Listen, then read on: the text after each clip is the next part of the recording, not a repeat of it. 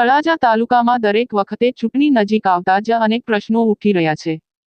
તેવી જ રીતે પાદરી ગામ ખાતે આજે ગામ લોકો એકઠા થયા હતા અને રોડ રસ્તાના પ્રશ્નનું નિરાકરણ ન આવે તો લોકસભાની ચૂંટણીનો બહિષ્કાર કરવા અંગેની ચીમકી આપવામાં આવી।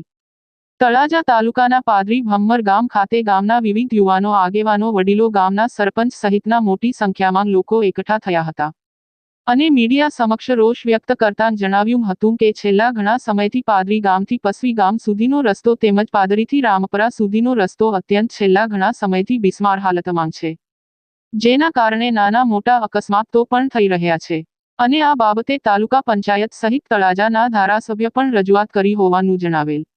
ધારાસભ્ય ગૌતમભાઈ ચૌહાણનો સંપર્ક કરતા તેઓએ ટેલિફોનિક વાતચીતમાં જણાવ્યું હતું કે આ રોડ રસ્તા સરકાર દ્વારા મંજૂર કરી દેવામાં આવેલા છે અને તળાજા તાલુકાના અનેક રોડ રસ્તાઓ મંજૂર કરી દેવાયા છે। આચાર સંહિતા પૂર્ણ થઈ જાય એટલે અનેક કામો ચાલુ થશે નું જણાવેલ। રિપોર્ટ કમલેશ ઢાપા।